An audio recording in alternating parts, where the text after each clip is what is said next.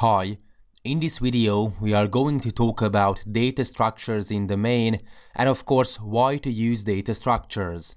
So let's get started. I'm sure that you have posed the question several times that why do we need data structures?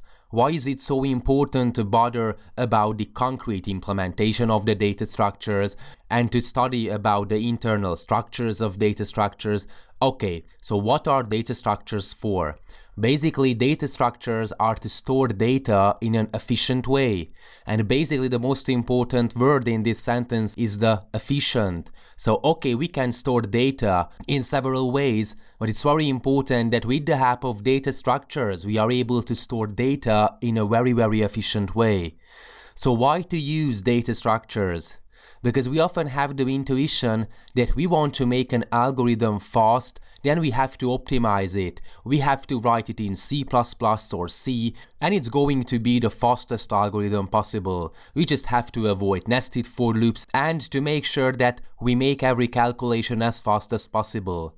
But basically, algorithms can be boosted up by proper data structures. And when I first met with data structures, it was quite counterintuitive to me that okay, with storing data in an efficient way, we can boost up algorithms such as the algorithm behind the GPS, shortest path algorithms, spanning trees, and so on.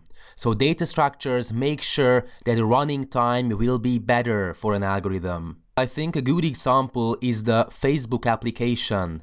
The engineers have to use proper data structures because more than 1 billion users are present on Facebook. So they have to manage such a vast amount of users that have to track their friends, have to track their posts, their likes and whatever.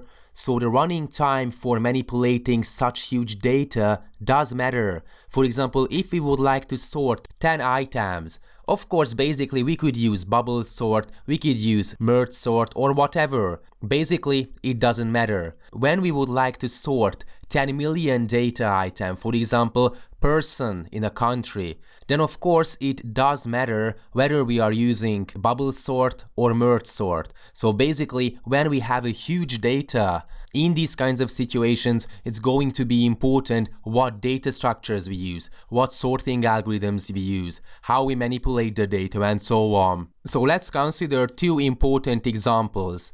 First, the Dash-Cross shortest path algorithm. Without a proper data structure, a heap or a priority queue, the running time would be quadratic, so ordo n squared. So we would like to find the shortest path in a graph where the number of edges is equal to the n, then the time complexity of this algorithm is going to be ordo n squared. The priority queue approach makes sure that the running time will be far better, ordo n log n. And if we have a huge data set, so the n is equal to a great number, then of course it's going to be very important to use n log n algorithm instead of the n squared.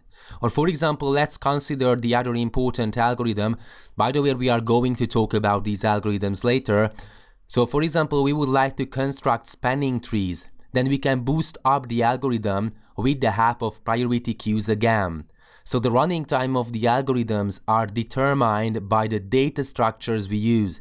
And basically, that's why it is very important to use good underlying data structures. Thanks for watching.